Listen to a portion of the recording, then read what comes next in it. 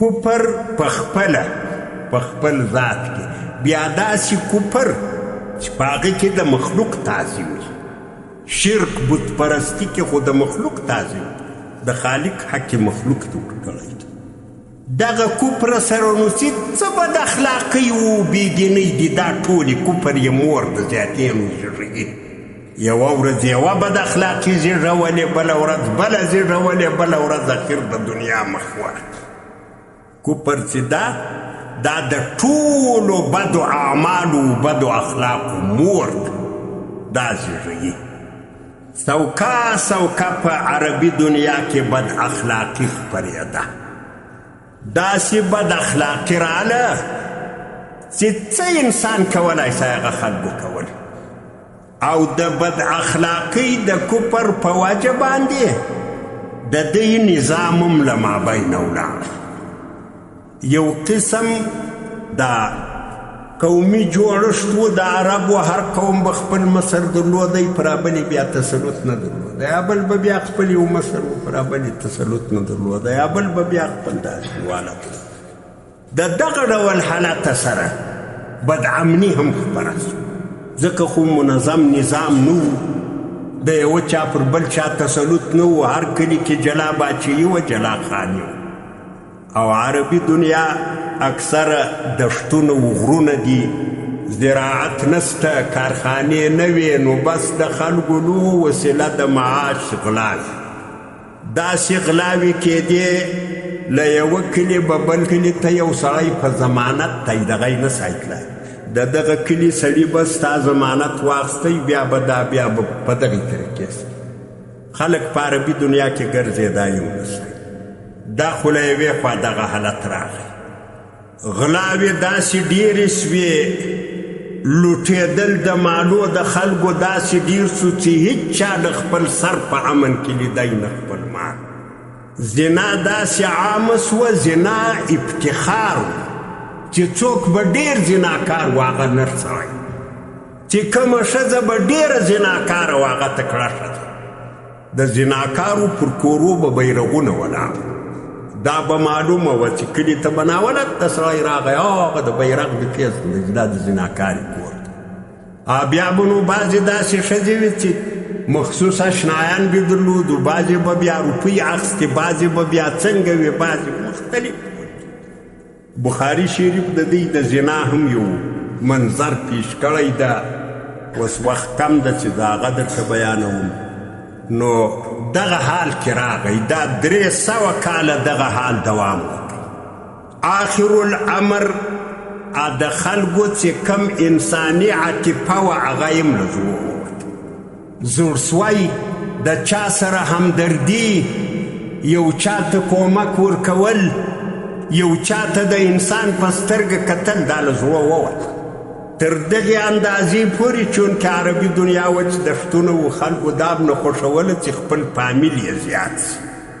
نو لور چې بې پیدا سوه، په دې کې 2 شی راغلل.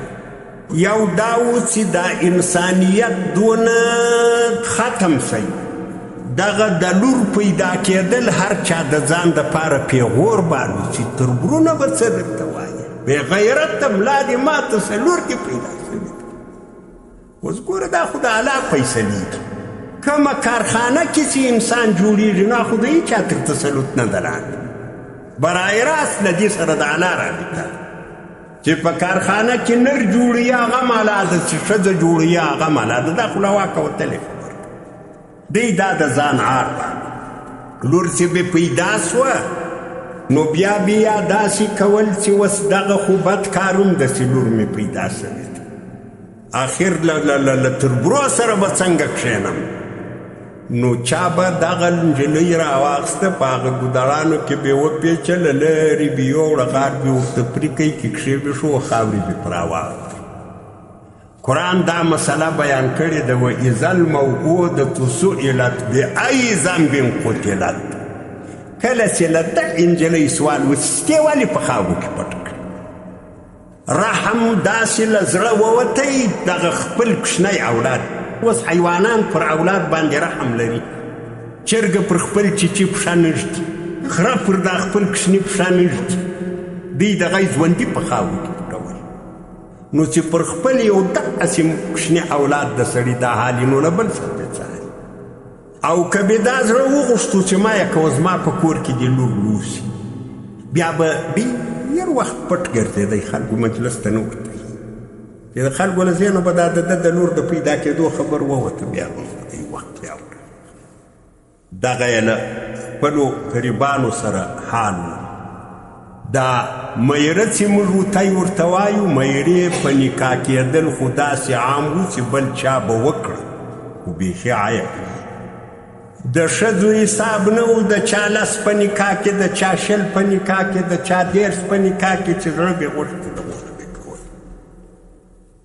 دا د عربي دنیا د حال یوه نمونه وه داسې عام کوپر کې جوړ سوی یو ځای به چیرې په 10 11 شل کاله کې یو دی سړی پیدا سوی یو ځای په یو کلي کې چې دی بول دا پلانی چې ده د توحید د عقیدې وال دی یعنې بوتان نه مني دا به یو وخت یو سړی پیدا سوی نو په دغسې حالت کې 300 کاله تیر شو عربي دنیا د کوپر تر سوري لاندې راله بد اخلاقي اوج ته ورسېده بد عملی اوج ته ورسېده ګډوډي داسې سوه چې هېڅ سړي په هېڅ وخت کې نه خپل سر په امن کې بالونه مات داسې حالت اوس دا وخت د یو چا د راتلو ضرورت شته چې انسانیت اصلاح ما درته ویل هر پیغمبر چې راغلی ده پر داسې ټولنه راغلی ده